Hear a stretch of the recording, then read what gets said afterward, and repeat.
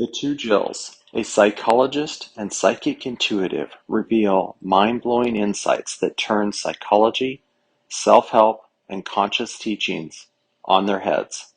Why? Because they work. Real help, sincere growth is here. Welcome to Psyched. Hey, Jill. Hi, Jill. How are you? I'm awesome. Good. I'm in a different background today. I've moved. I know that place. Yeah, we're in New York City right now. All right. So topic for today, we are going to get into ideals. And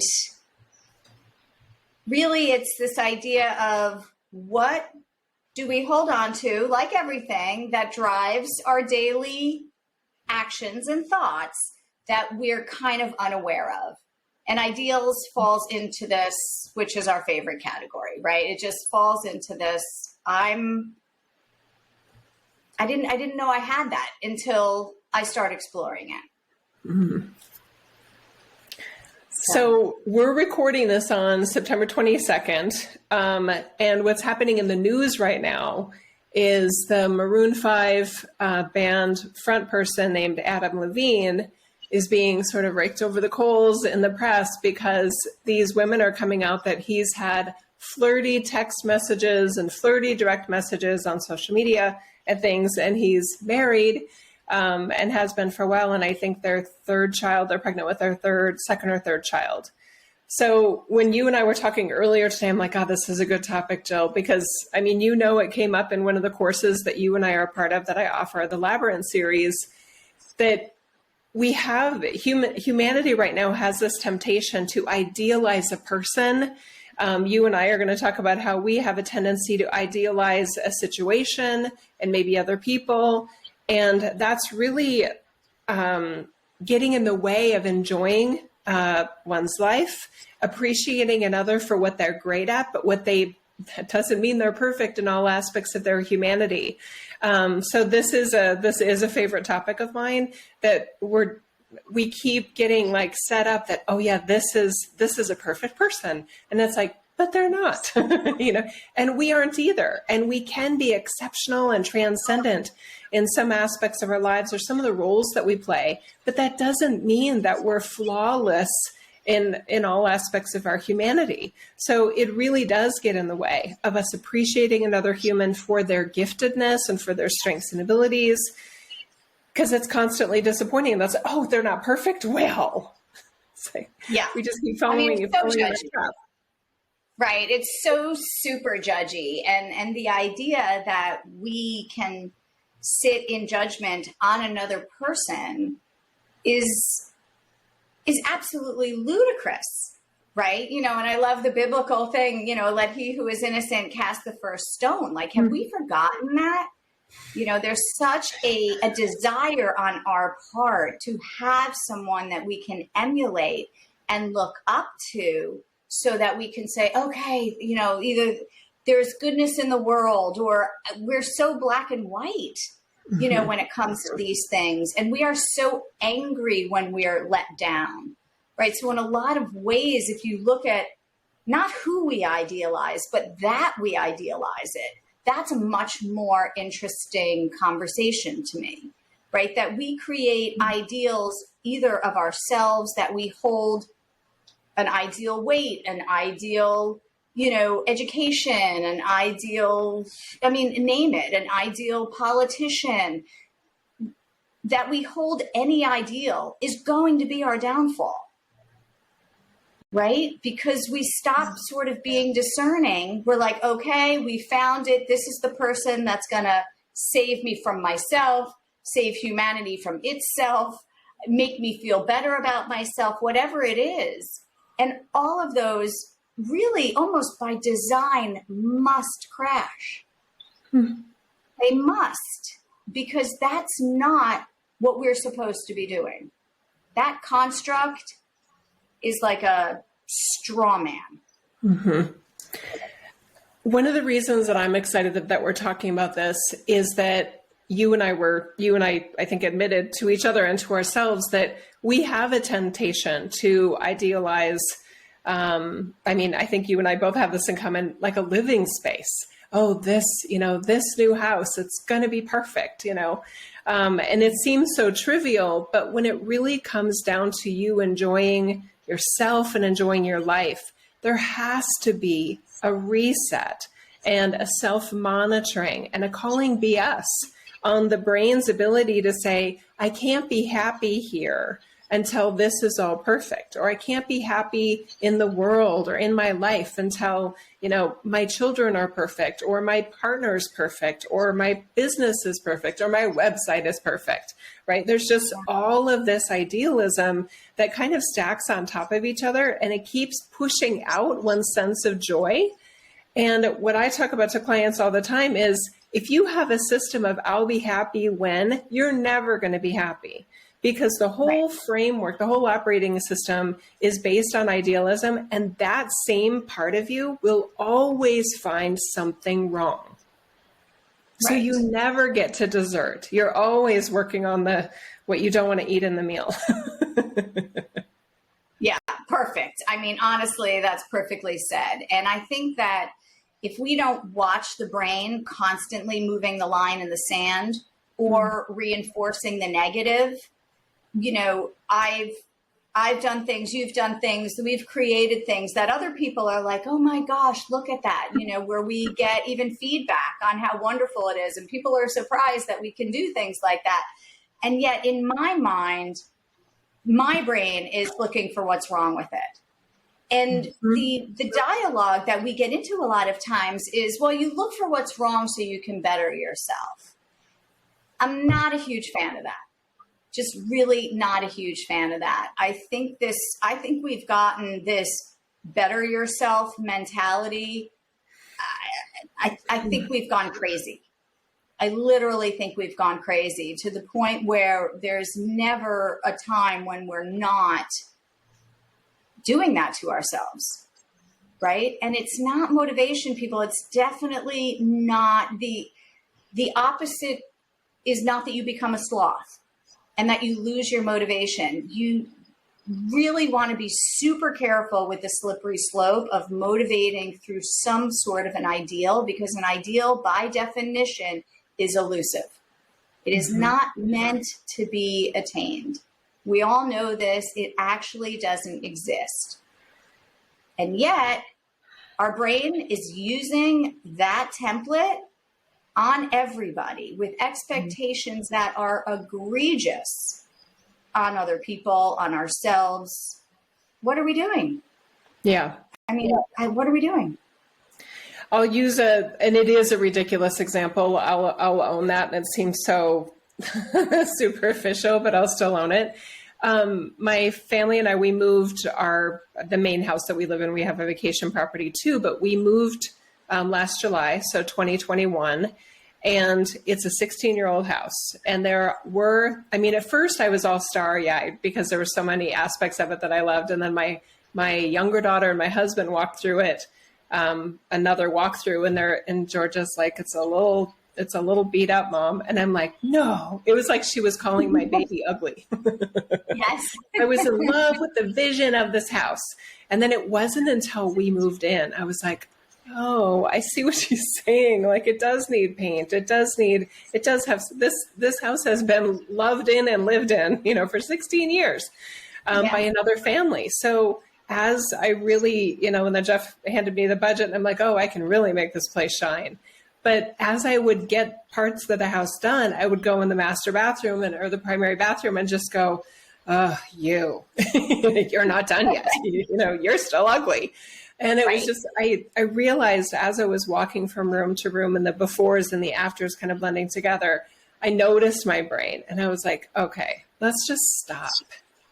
This is a beautiful house. This is a beautiful property. We're having another amazing version of ourselves in our lives in this house.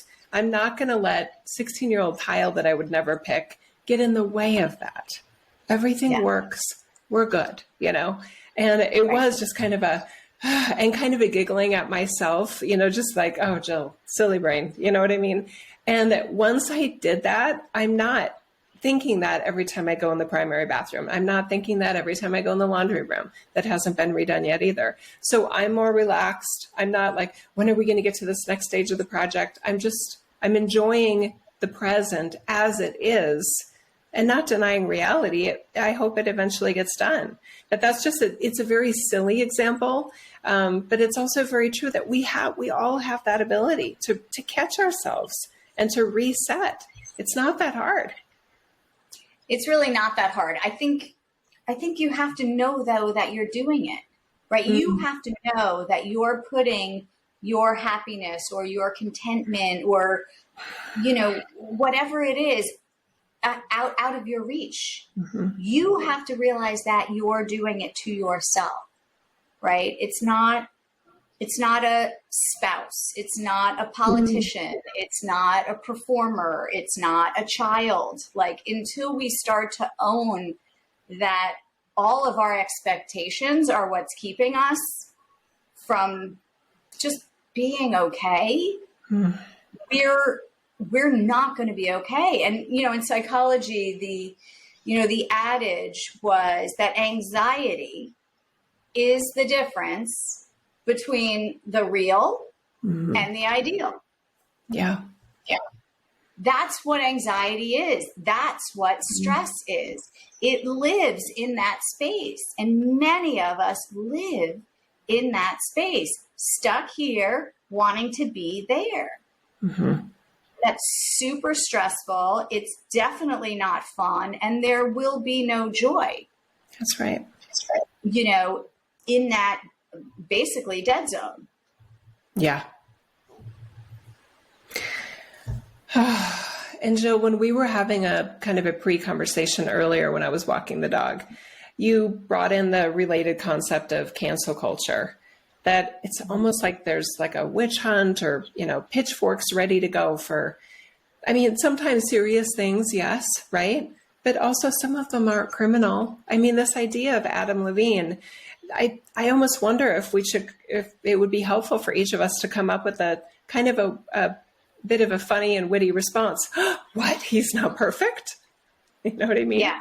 These are flirty texts, right? Is it inappropriate? Yes. Is it adultery? No, it isn't. If that's all there is to this story, and it sounds like that's all there is, that's what we know so far. But this witch hunt mentality that we have, it's really problematic because we're doing it with public figures. We're definitely doing it with political figures, as I think we as humanity always have.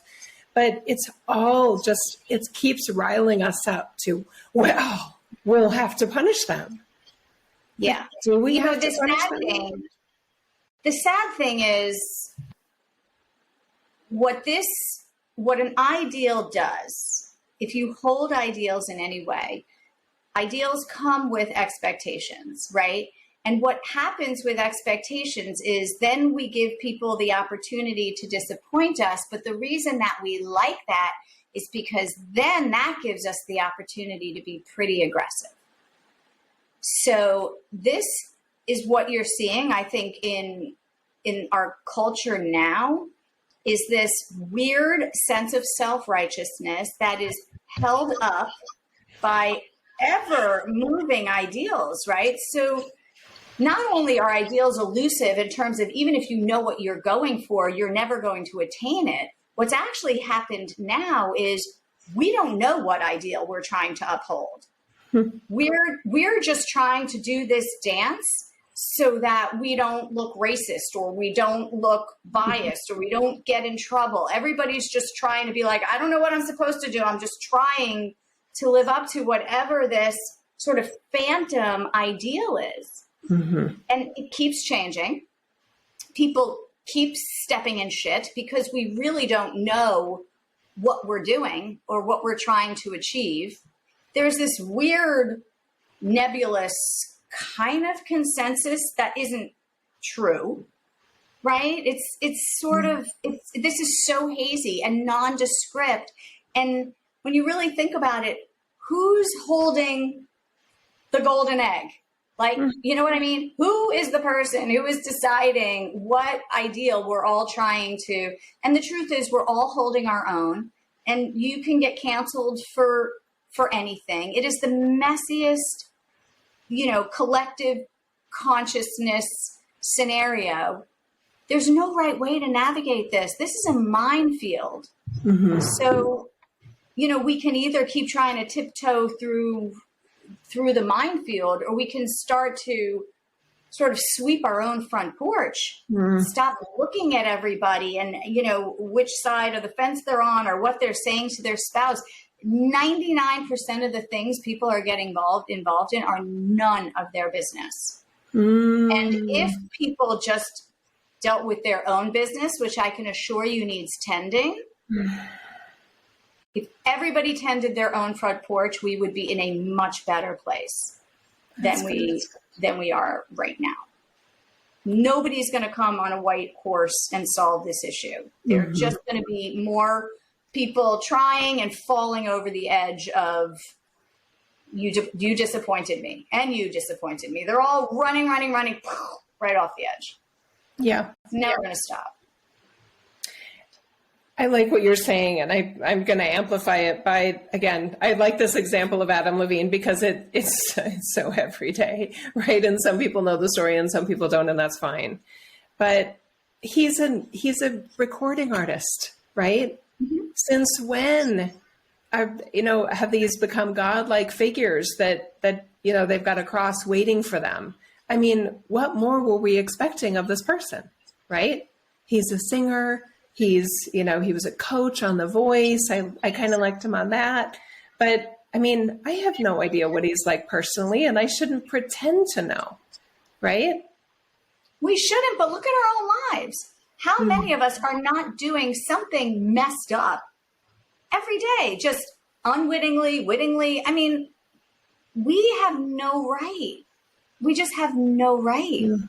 And the reason why I like to look at the brain in this, because when you look at what holding an ideal does, right? All of the ancillary brain programs that come along with it, they're all disastrous. So judgment, hugely problematic, right? Comparison, it's another brain program, hugely problematic. These things are non-starters.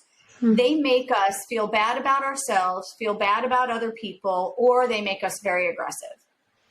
There's nothing good that comes out of this stuff. This is not self-betterment, people. This is not the path to self-betterment, right? It actually does exactly the opposite. You like yourself less and you like other people less, and it's all justified.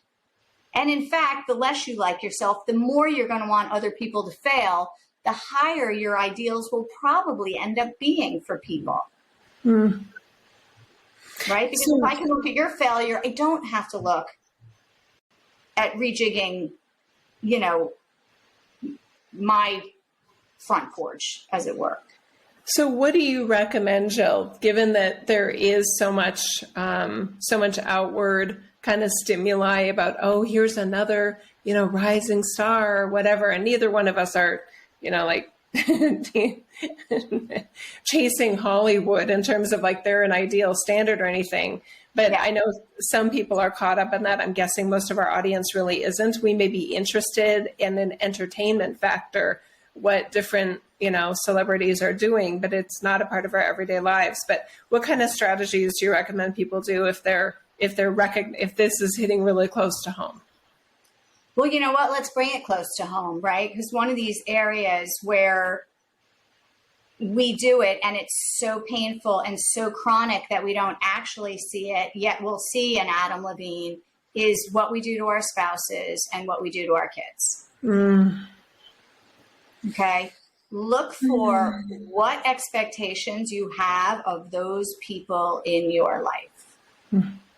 And we have literally no right to have an expectation on somebody else's life or behavior.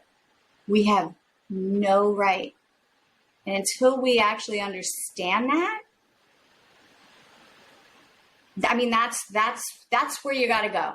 Mm. You have to start beginning to understand that everybody has their own life. They each came here for that. They didn't come here to live your version of their life, right? There's a decoupling we have to start doing. We have to start, how did we get so enmeshed in all of this? I don't know.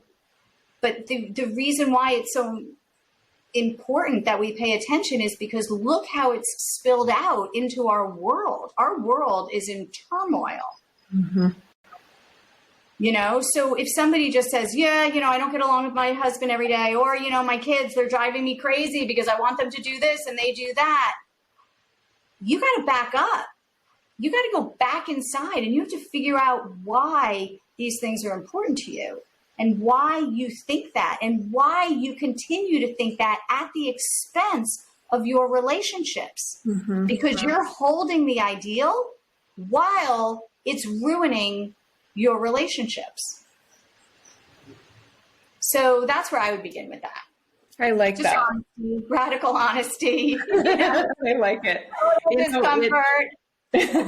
It echoes a lot of the conversations I have with friends that have kids. You know, you and I have kids at similar ages. I mean, my one that's graduating from high school this year, and then my other one is in her third year at university. And the amount of questions that we receive from family, from friends of what is that one going to do with her chemistry degree? I mean, what is this one going to do after high school? And there's a lot of showmanship that happens with those questions and with those answers. There's a lot of layers to what I'm about to say right now. There are individuals that either went to college or are going to college that isn't what they want to do, but they're appeasing their parents or they're appeasing their sense of idealized what you're supposed to do. This is the right thing to do, right? I've been hoping it's a collective thing, though. It is, right? yeah. Even if they feel like this is the only way, because I don't know another way, even if it's not their parents, society tells you. Exactly. Yes. So there's a cultural kind of like, this is what we do when we're doing the right thing, right? Now, not all cultures have this, not all societies have this, but for those that have this, I feel, and I was hoping for like the last 10 years that there would be this sort of realization of, oh yeah, the kids that did go, they did everything right. And they're working at Starbucks. They're a barista, right? They have all this college debt. Some of them, there's a lot of, it's almost like they didn't have a collective mourning period of, or maybe even anger about, not only do I have all this debt, I was lied to. I was told that if I did these things, that this would happen. So there's all of these economic problems with that, because now there are jobs that should never require a college degree, that now they do require a college degree or an advanced degree. There's this education creep that's happening because there are so many overeducated individuals relative to the jobs that are available to them, right? Mm-hmm. So there's a part of my Jill that's really angry about this, because that's a lot of time. That's a lot of money. There are so many other things that 18, 19, 20, 21, 22-year-olds could be doing. They could be building businesses, right? They could be, exploring, I don't know, inventions. There's so many things that they could be doing. So this forced idealism, my oldest one that's getting her chemistry degree, she doesn't know what she's going to do with it. And I told her that's okay. Yeah. I don't think it's fair to tell her, you need to know what you're going to be doing, right? So I try to explain to people that ask, including my family members, she's a natural at chemistry. We're just going to see what happens. And her friends, when I heard you say that, I feel like saying, she's doing great. She's super happy. Yes, that's true. Right? Because everything is always, that's true. Where's it going to go? And what's it going to do? And it's this way that people, it's always for some form of self-validation, some sort of fear. Is she going to be okay? It's not, if you really do your soul searching, you would ask yourself why you're asking that. Mm-hmm.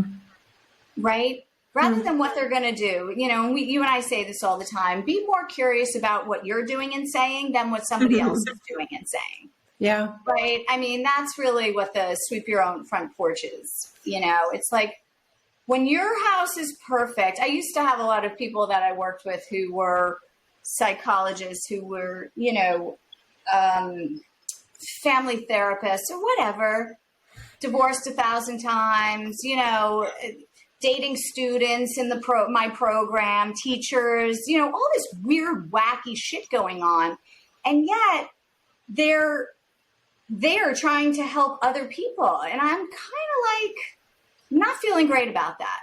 You know, like that to me, the way I work, and I think you work similarly, although you wouldn't explain it this way, but the way I work is if somebody's working on something and they come to me and they're like, this is what's showing up, I look at where that shows up in my life. Often it's a different presentation, but the sentiment or the core of it is usually the same. I mean, I can find a correlate within myself. I don't feel like I can be helpful to someone else as a way shower if I can't figure out the way. I think you can only go as far as your parents or your therapist is willing to go. So as a parent, you know, as a therapist to parents, the parents would be like, what do I do when my kid does this or this? I'm like, that's not the right question, right? You want to figure out how whatever is going on with your kid, you're experiencing the exact same thing. So if they're having endless frustration with school because people aren't listening to them, and you're saying, I'm frustrated with my kid because he's not listening to me, you guys are aligned. You are actually experiencing the same thing. So rather than keep passing the hot potato, right, and even trying to fix someone else's problem, address what your issue is. And the issue is not that your son's not listening to you.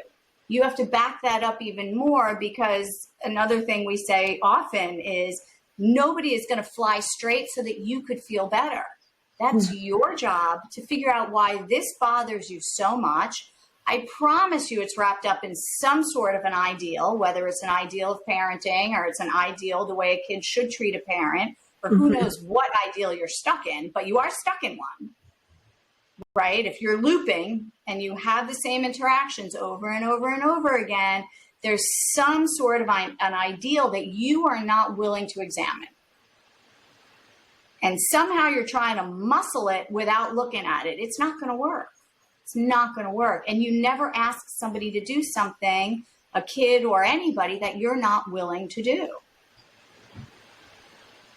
Yeah. Okay, that's my soapbox. It's a good one. It's a good one. So what I hear you saying is that there is a distraction that the brain is doing of the problem is this, but really it's probably not that, right? I love how you brought up fears earlier too, Jill, because the parents that I know that are like, oh, I have to get my kid into, a better college that I went to, or, there's just all of these idealized, this is the path for my kid, is what the parent is thinking, right? It's so dishonest. It's so self-deceptive that means what their brain is telling them it means, right? That it could happen for their child exactly how they're scripting it, and it may not go the way their brain is projecting that it will go, right? Yeah. It doesn't mean what it used to mean, right? A 4-year degree doesn't mean what it used to mean. The name on the university doesn't mean what it used to mean. There are so many faux expectations that we have about our children, about ourselves, about all of these things. So my strategy with that is just to ask yourself, as the more pressure you're putting on somebody's decisions or your outcomes, just giving yourself a break and just saying, but is that true? Is that true that if I do this, then that will be the outcome? Is this true that if that person takes these steps and makes those choices, that this will happen? Is that true? Gives you a moment to be more real with yourself, more honest with yourself about the natural risks and uncertainties that are in this reality that we better prepare our children for, right? I'm not going to disown my kids if they don't, do better than Jeff and I have. That's not even, I think in some ways we were lucky about the timing of when we got out of college in the early 90s. It was a very different time, right? So there are so many layers to how inappropriate and unfair it is to have these idealistic expectations of ourselves and others. Yeah. I think that, they don't allot for changing times, but I think there's just a lot of, I don't know, and this may sound like, I should be 90 years old saying that, but it just feels like humanity is changing. I mean, I don't know the way the media is. I mean, I don't know where we're going with this, right? But everything seems so extreme and so polarized and so divided, right? And the way back from that is, just to start, I don't want to say looking at our flaws, but if you're looking at the flaws of other people, you should definitely look at your own, right? And you look at them, as we all should, with compassion.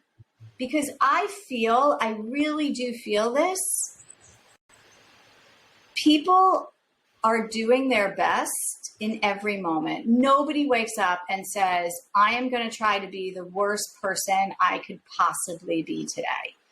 Even though so many people's actions look so misguided and misinformed, I still believe that they believe in what they're doing.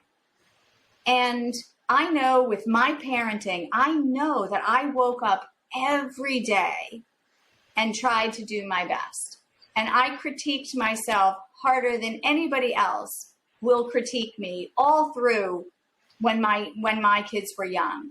But when I really sit back and think about, I don't think about the critique. I think about, you know what? I got up every day and I tried my best. There was not one day that I didn't do that.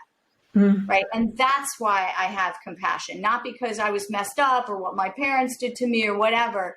It's just that you don't always get it right. There are too many factors going on here. At every moment, there are infinite possibilities. So to hold this very narrow line and walk this very narrow line is crazy making, right? And it does make you miss so much of life.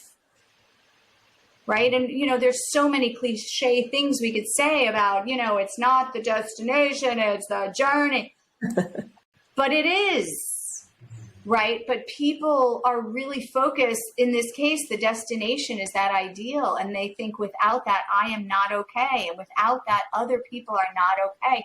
And that is the illness that, and the veil of the ideal. It kind of makes us blind and kind of stupid, where we throw away our relationships because we're holding something out here that we're trying to get to. It's like, it's not good.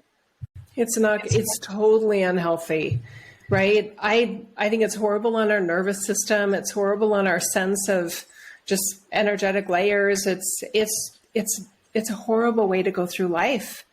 And some of us do it without recognizing it, right? On the outer surface or on paper, everything looks so good.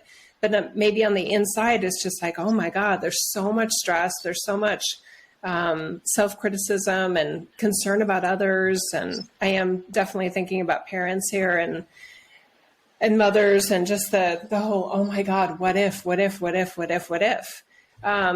To me, the antidote to too much idealism and too much perfectionism is, you mentioned compassion.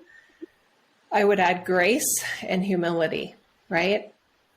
There is this ability that we can create, if we don't have it yet, for my love for my kid is not based on their outcomes. Mm-hmm. And I need them to know that. right? Yeah.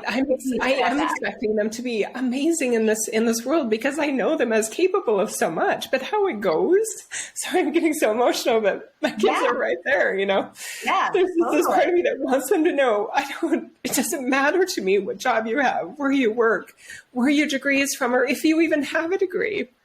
And that was something that my husband and I needed to get on the same page with. At some point I was a little bit like, I don't think college is, what it used to be, Jeff. And he was like, no. And then at some point a few years ago, he said, I just want them to be happy. Yeah. And they can do that in so many ways. That could be with a cosmetology license. That could be as a tattoo artist. I mean, there are so many ways.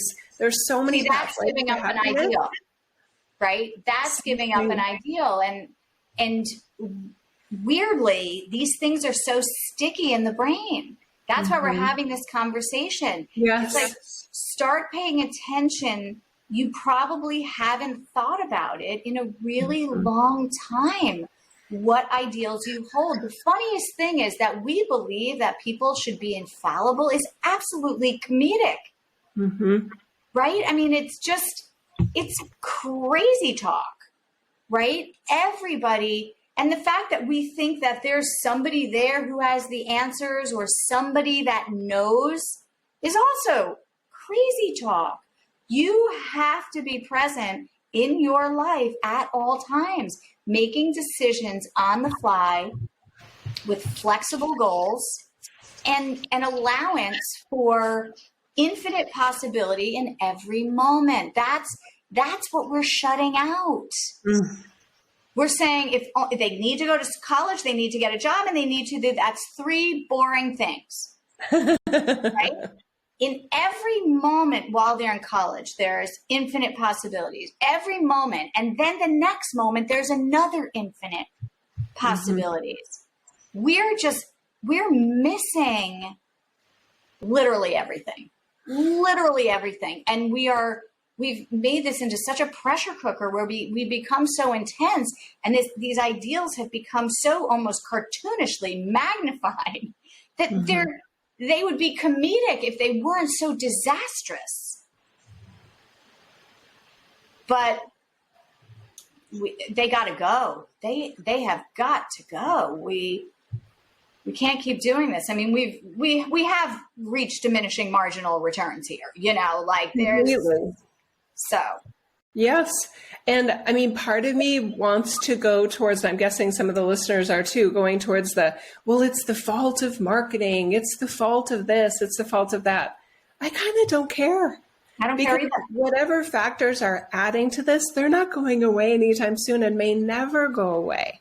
So those excuses just give my brain something else to blame while I distract myself from the big opportunity that I have in my life of being more forgiving of myself, more compassionate about things that matter to me, right? And being there for my kids and not only saying the things that are on my heart in this type of conversation, but actually walking that talk, right? Letting them feel and really trust that 10 years from now, some of the things that were absolutely like, ooh, I wonder how this is going to go, 10 years from now, it'll just be something else. Yeah, we're not getting out of this by not paying attention to it, right? I mean, that's how we got into this mess, right? And I hear you say it's just another thing for your brain to blame, right? And blame is another one of these ancillary offshoots. It's another program that kind of keeps this ideal, the formation of ideals intact, right? The only thing that blame does is cement our victimhood. That's the only thing that blame does, right? It is not a functional program.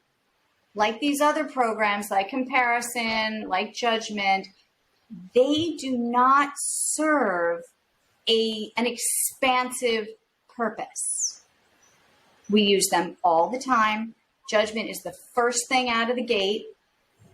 Whenever we see something new or whatever, comparison is the biggest way we prop ourselves up or take ourselves down. These are not we should never, honestly, in my opinion, we should never be using these programs. We should never be using them. And blame is another one. To me, there's no positive outcome to any of these programs. And yet the brain, nonstop. And decades go by, a life can go by in the process with such a huge missed opportunity of really finding the appreciation for yourself, for others, for other people's gifts and abilities, and your own gifts and abilities and your strengths, that the weaknesses may not be as disastrous and tragic as sometimes we make them appear to be, or that the brain imagines them to be. But the weaknesses are only weaknesses when they're compared against an ideal. They wouldn't be a weakness otherwise, right? So the ideal has to go. We don't want to rationalize that we have weaknesses. That's in a weird way, like holding things in my opinion, right? If I don't have an ideal, there's nothing to judge. It just falls away.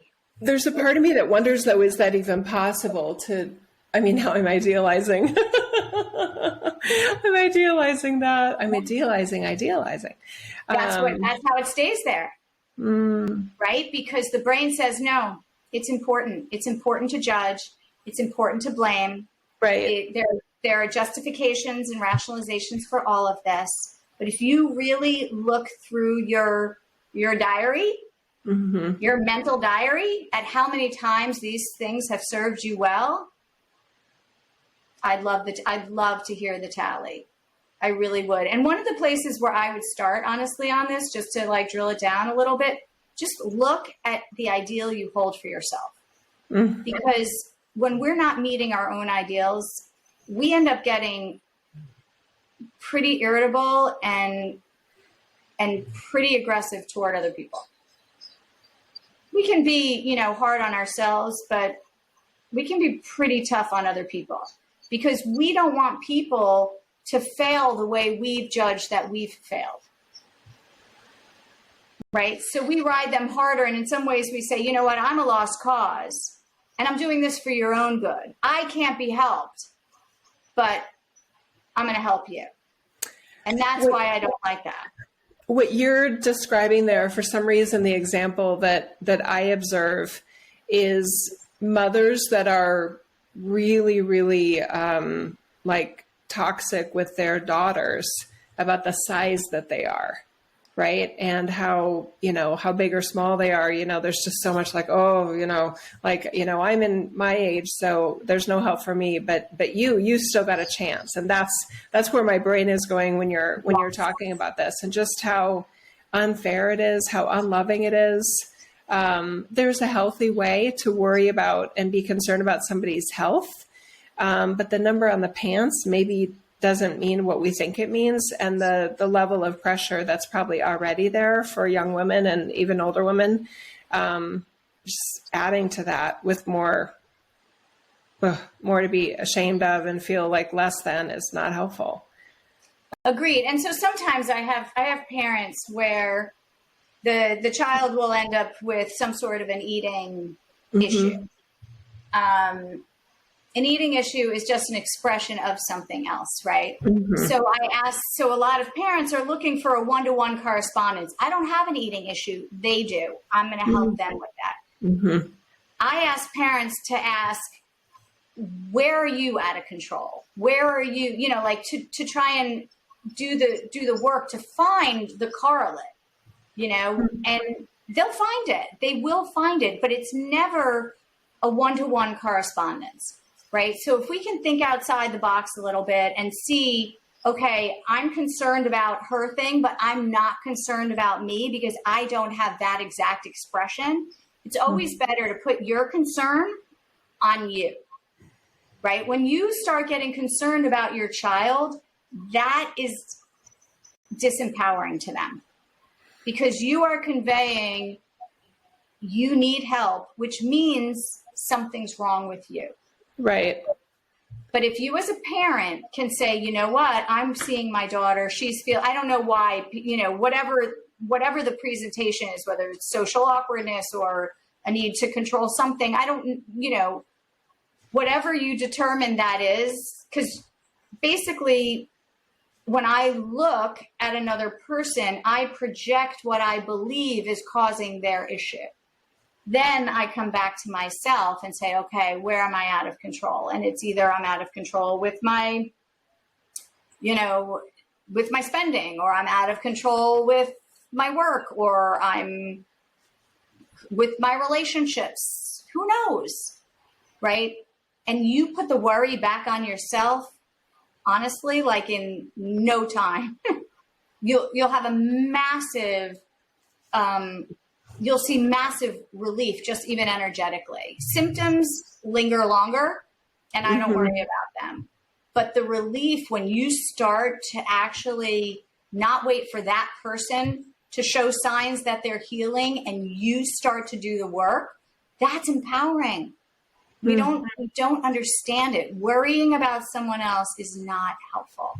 It's not helpful to you because you literally can't do anything, and it's not helpful to them because they're like, my mom sees me as broken, I must be broken. They may not actually feel broken. I do want to offer the other scenarios where it isn't projecting, right? I know there's a family member in my birth family that had an eating disorder. I think it's in the past, and I'm pretty sure it is. And I think I'm being honest with myself that it wasn't a projection of my parents. My parents didn't seek, therapy for it. So there are instances of an individual having some sort of a challenge or some sort of a manifestation of something that is not a projection of the parents or the siblings or society. Wait, I want to back up. Okay. Symptoms are real. we have to deal with that. What I'm saying is we form opinions as to why, and we go to therapists to form opinions as to why that person is suffering from whatever they're suffering from. That is the part that you can take back and start to heal within. Finding that correlate within yourself. Please understand, this is not saying you caused that problem. That's irrelevant to me. I don't care where the problem comes from, right? I'm only solution focused. So to me, it's so disheartening for a mom to be like, I can't help my kid.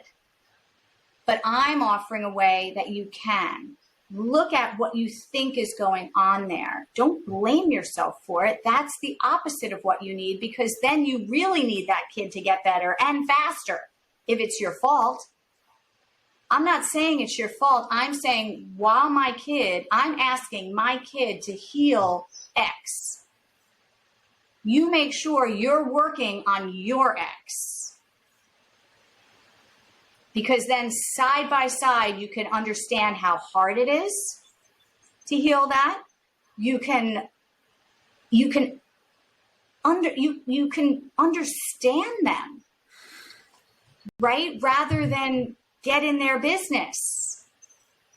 And there's so much, that empathy, that energy that's created will blow your mind. It will blow your mind at what a beautiful energy it is when you stop blaming yourself for shit and just say, she's working on that. I need to work on the exact same thing so that I could be there with her, with him every step of the way.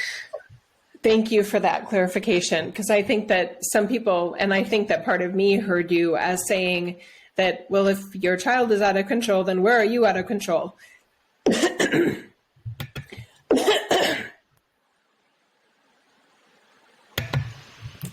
I'm muting and unmuting at the wrong time. And I think what you just clarified there is, yes, that can be the situation, but then there's other situations of, look, you don't get to fix that person's challenge or problem for them. All you can control is you. So you're here as my client, you're here as, in your case, you're here as my patient. Let's focus on you. And it's possible that then you're better equipped to assist and support that person, but whether they actually go through their own transformation and their own sort of contemplative process, that's up to them. It's up to them, but you will find so much more patience. right? The thing about worry is it really messes with time, and we did our thing on time. Yes. But it makes time a really cruel master.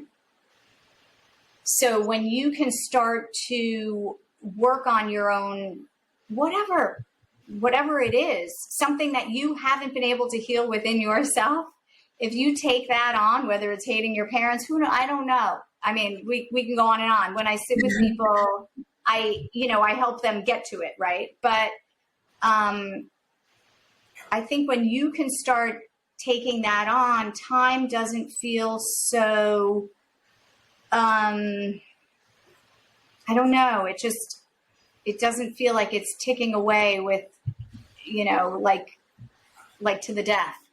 Yeah. Right. So it is almost a way of using time for you rather than against you, because we don't realize all the processes that are happening when you're with someone who is suffering on some level. You have to honor the fact that you can't do anything for them, but there is something you can do.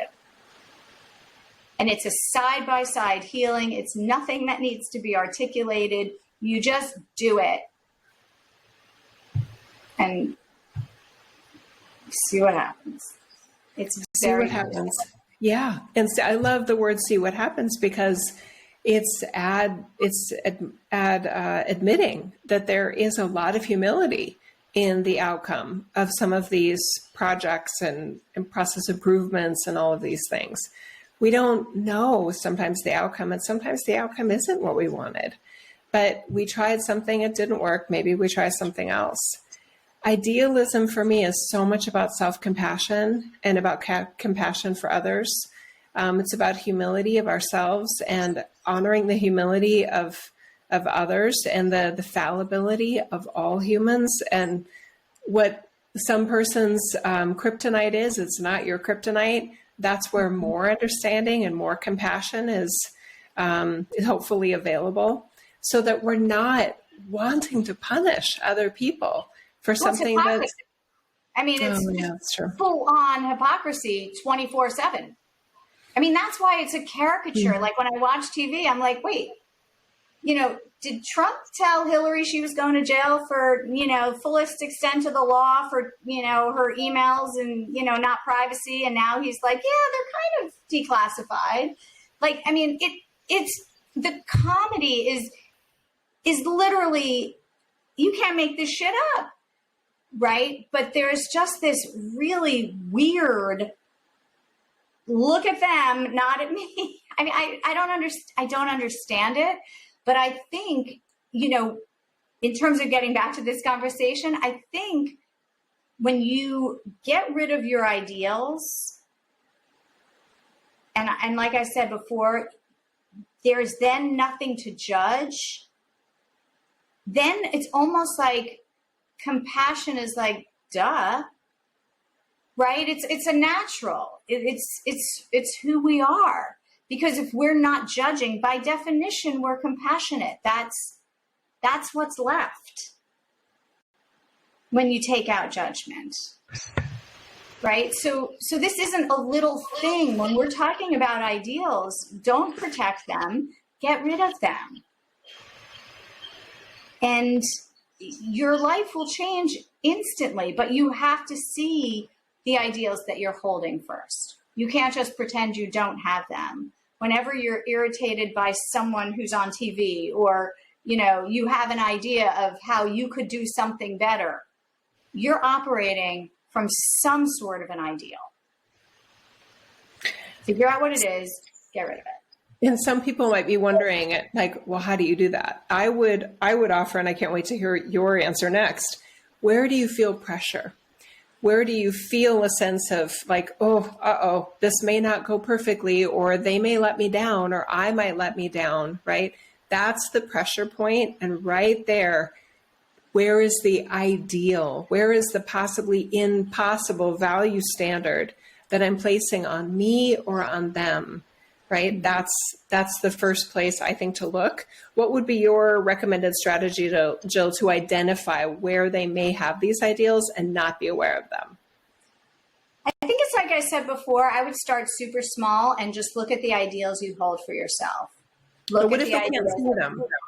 What if they're hiding? Well, I mean, I don't think there's anybody who doesn't have an ideal parent, right? We judge the parent who was before us. We judge the parent that we are. We judge other parents constantly. I mean, really, judgment is the arbiter of an ideal. So judgment, right? I would also add disappointment. You're judging or comparing. Yes, so stress, or somebody's let you down. Yep. So stressing, what is stressing you probably has a hidden ideal system that's ripe for evaluation there and reconsideration.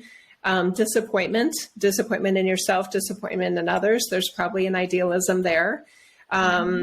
You mentioned judgment. So judgment, disappointment, stress, or pressure. Those four are probably a fail-safe system for identifying the ideals. And then once you have them, I mean, for me, there is just this really honest, like, oh my God, there you are. It's almost like behavior.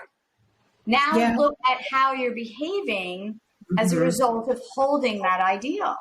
Right. Right. That's really, and then do I want to continue to do that? Like, what is it doing to my relationships?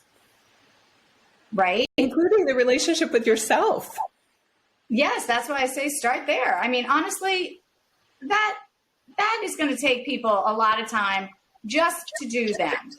I think if you are pretending that you are not holding ideals for yourself, just think again. You are operating on an ideal system at all times, every day. I'm sorry, you are. For the overachievers, I do want to clarify that we're not saying don't have standards. We're saying, are those standards achievable and fair and supporting you in being a you that you like best in your own life and the way you interact with others? Yeah, I like that. I mean, look, again, standards are okay. They can't become expectations because expectations are demands, and demands people bristle. When other people place demands, at least on me, I bristle. When I place demands on my children, they bristle. We really don't have the right to do that to someone else. I'm going to leave out I have thoughts on it about the boss-employee relationship, but that's another story right now.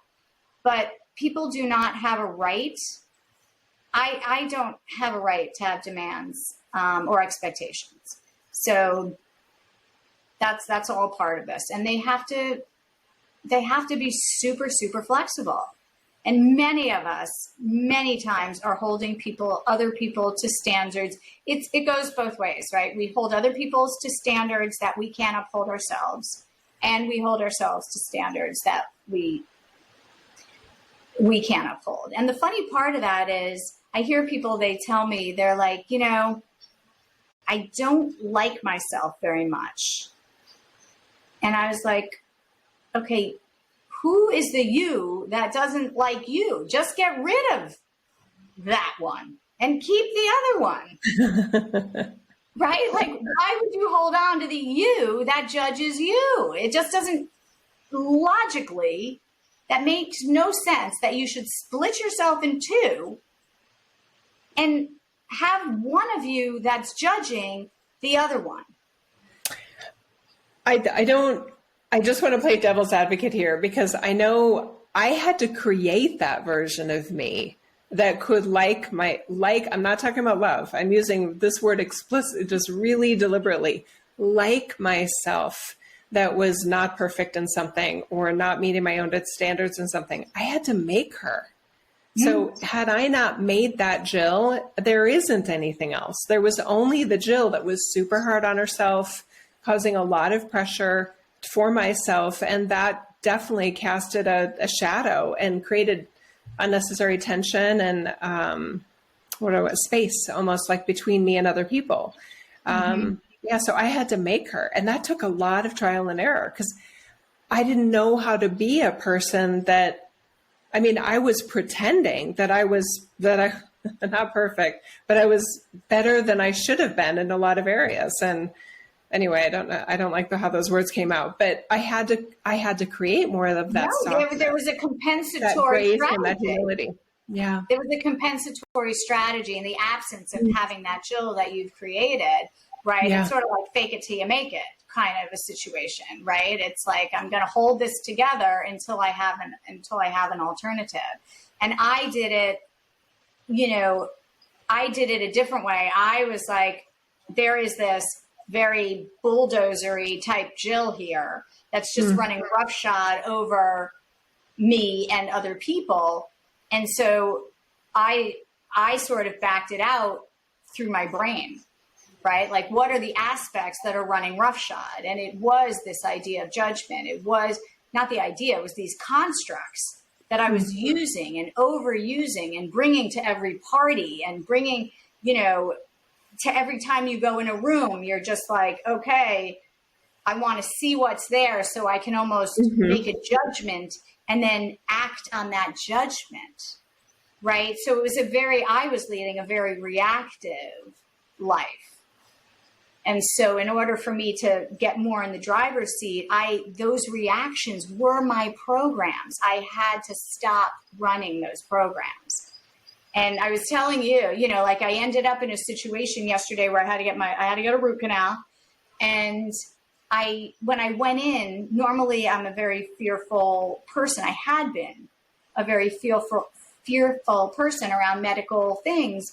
But I noticed yesterday, I went in without any fear. I didn't preconceive any fear. I did a beautiful job. It was great, right? Even when they screwed things up with my anesthesia, et cetera.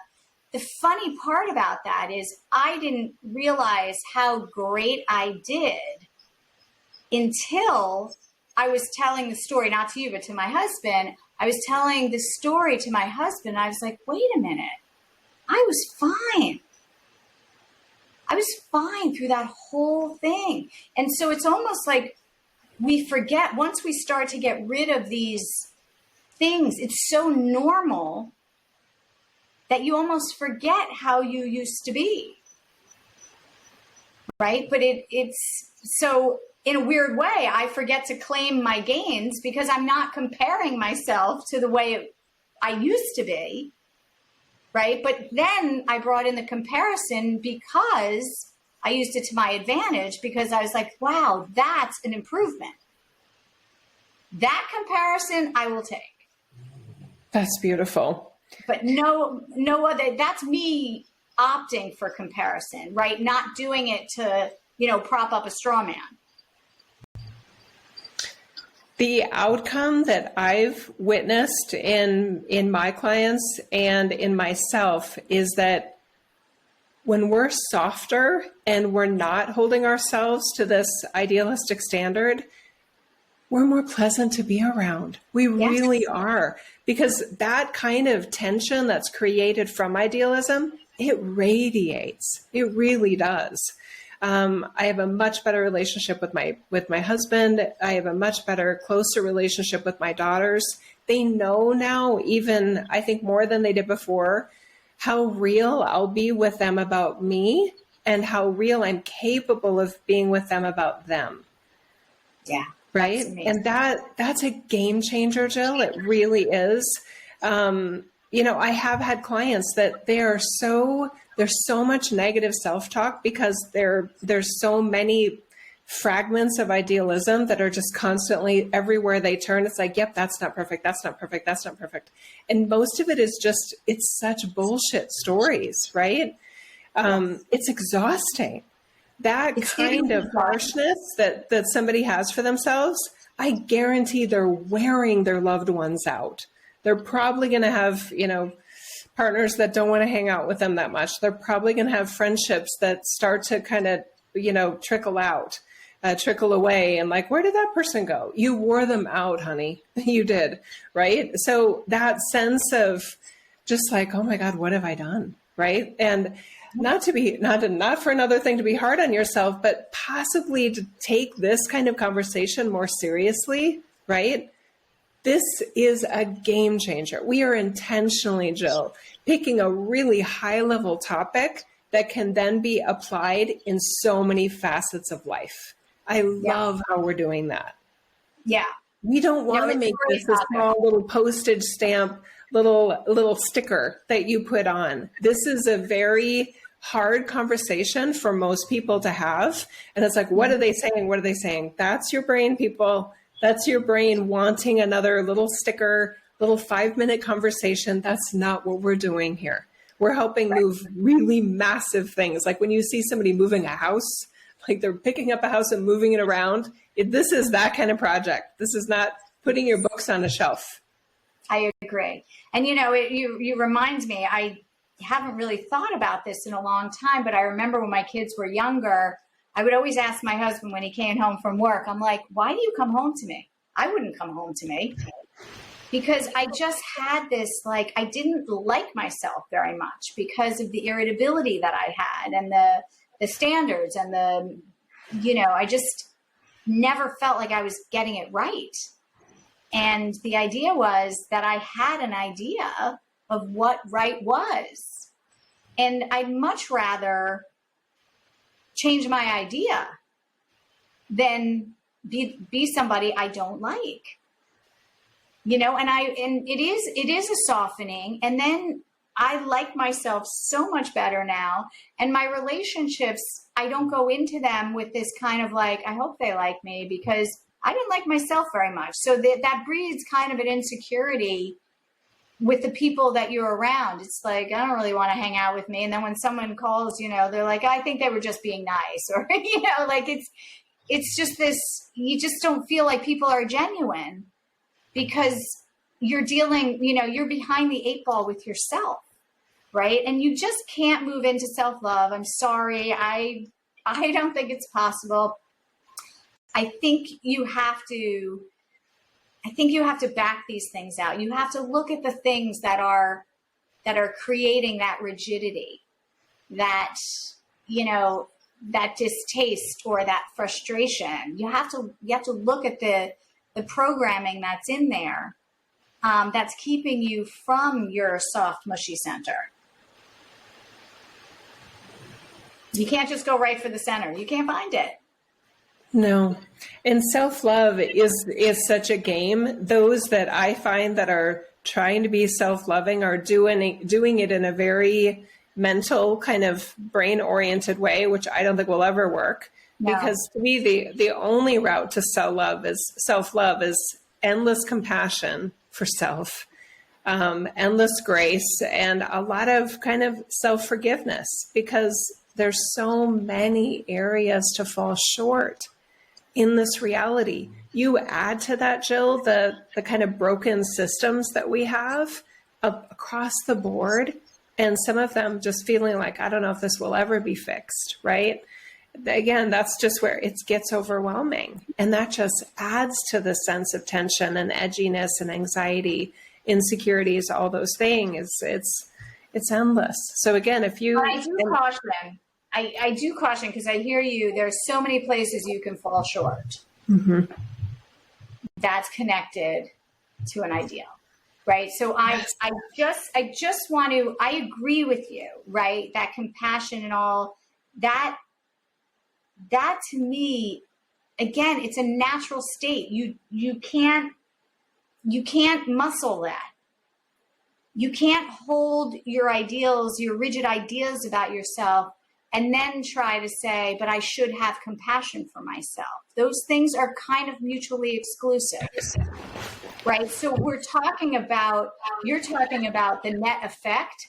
When you get rid of all this stuff, there's this safety net that just catches you and hugs you and warms you, right? But it doesn't work side by side with saying, I'm a failure, or those two things, unfortunately, at least in where my journey has taken me, those two things don't go together. I don't want to accept something that's unacceptable.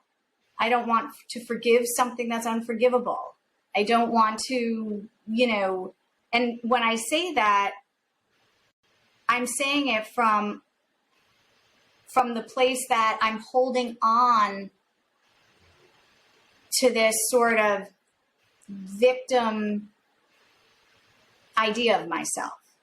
If I don't have that victim idea of myself, then I don't need to forgive anybody, right? Because I don't look at things people do as them doing it to me, right? So it's just, I don't know if I'm explaining myself well.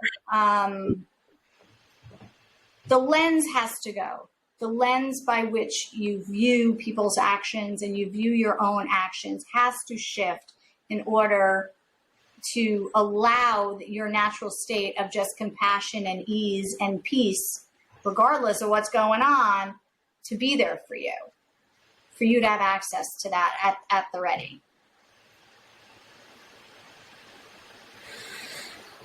I love the line. I say it quite often. I think maybe especially to my kids is, I'm always trying my best, and I want to say I'm sorry in advance for wherever I've let you down.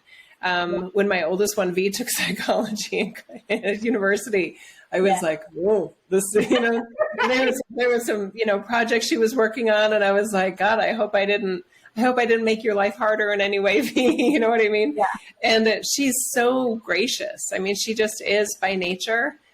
She does have beautifully high standards and definitely some forms of idealism as it comes to music and things like that. But there's so many ways that with her inner circle, she's so incredibly generous and forgiving. And I think I love that quality about her. I hope she's that way with herself, but she accepted. She was like, no, I know you always meant well. Right. It helps me kind of like, okay, I'm always going to try my best, and I'm going to fall short at times. And I know that in advance, and I'll be there to say I'm sorry if I need to. And I don't have any problem with that. To me, that's not victimology or victimizing or anything. It's just Right. being whole and complete and humble. And it works. Yeah. Well. And the falling short it is from that humble place. It's just like, I don't know everything. Like, I'm human, I do my best, and I work with the information that I have, and I know there's more, right? And I think let's not throw confuse an ideal with desire, right? Like, I want people to treat me well, but I realize that not everybody's capable or desires to do that, right? So I have the desire to be treated well. I don't have the expectation of it. Right. And there's a difference there, because one will make me feel kind of self-righteous and denigrate the other when they don't treat me the way I expect or demand to be treated. Right. But the other one just says, you know what? I ran into his bad day, or that's not somebody I'm going to hang out with again, or, what was that? There's just an ability to, I don't know, to just kind of allow for all the different permutations of crazy shit that happens here. I have standards, but they're standards based on desire. They're not, they're not expectations. Those are useless to me. Nice. I think it's late. I think this is a long topic, but it is a long topic. I hope it was useful for individuals. And Jill, we may find that some of the topics are too big to try to put it in one episode. And I'm sure we'll adapt and learn if that's the case. I love our list of upcoming topics. We've got some really good ones that I added to our shared note. Okay, some parenting ones, how to love without worrying. We have some really good ones. Yeah. And I love the relatability of so many of them and how they do kind of intertwine. And always with this theme of watch your brain. Is it getting in the way? Is it deceiving you?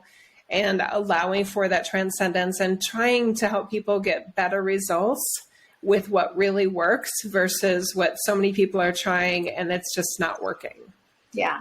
And look, I think this one went long, and I think the nature of our conversations are kind of, it's almost like how much massaging does the brain need in order to allow for some of this to plant a seed, right? Mm-hmm. Even if you never want to grow that seed, this is one of those topics where people feel that having an ideal is necessary for something to strive to, something to be motivated for, something that gets you through life, whether it's having a purpose or whatever. So I feel like this is a very protected, along with judgment and comparison. Those are all things that kind of create competition, etc.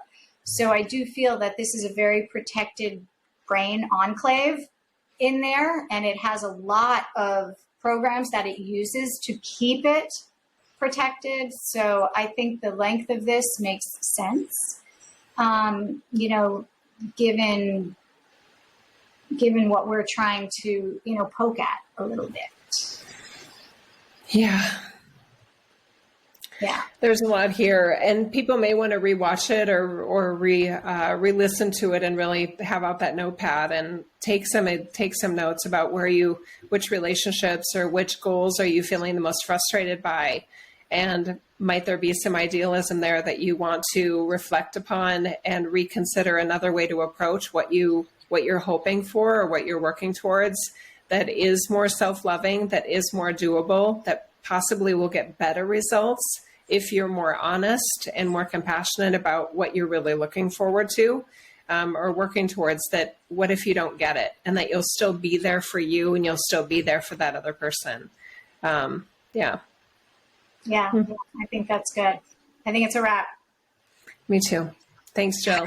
All right, closing words. You guys, thank you so much for, if you enjoyed this, thank you for the thumbs up. Thank you for the review. Thank you for sharing it with 2 other friends.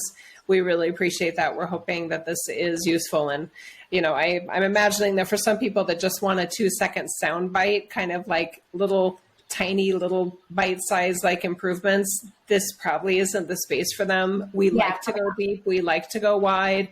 We like to take the disco ball and really rotate it around and look at it. Jill, you and I are both really good at that. We enjoy that process.